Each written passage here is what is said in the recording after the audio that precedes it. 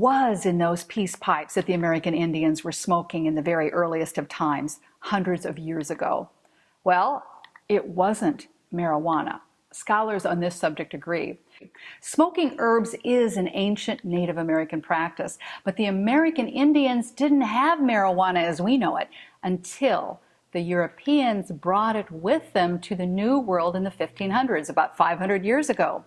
They did have what's called Indian hemp, a plant that's indigenous to North America. It didn't have the psychoactive component of marijuana, however. Indian hemp was used as a source of fiber for making rope, for instance, and as a medicinal plant. Settlers wrote that the Native Americans used the seeds from their Indian hemp for treating an upset stomach and killing worms in the intestines.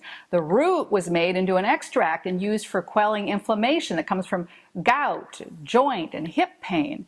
But when the Europeans, the Spanish first and then the English, introduced marijuana to the Native Americans, the medicine men and the shamans of the different tribes along the eastern coast investigated the plant and quickly adopted it. In fact, of all the plants introduced from Europe, the Native Americans were especially interested in the marijuana plant that the settlers brought with them.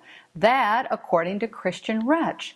Christian's a German anthropologist who writes a lot about psychoactive plants and reports in his book, Marijuana Medicine, a world tour of the visionary and healing powers of cannabis, that the Indians enthusiastically greeted marijuana as an herb to be smoked.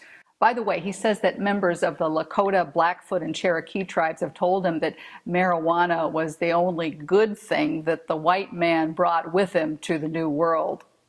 Native Americans in their various tribes smoked a lot of different herbs in their peace pipes, but when they discovered marijuana, they quickly included it in the herb mixtures for their peace pipes, according to Christian, the anthropologist.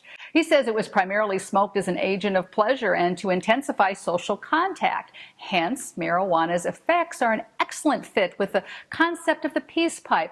Those who smoke together make peace. I can't help but imagine what might happen if somebody broke out a peace pipe and shared it during, let's say, deliberations in Congress? I'm Becca Williams. Thanks for dropping in. If you like what we're talking about here, please subscribe to MJ Straight Talk. And while you're at it, let us know your thoughts. We also have a television show coming up on Free Speech Television later this year. More about that as we move along. See you next time.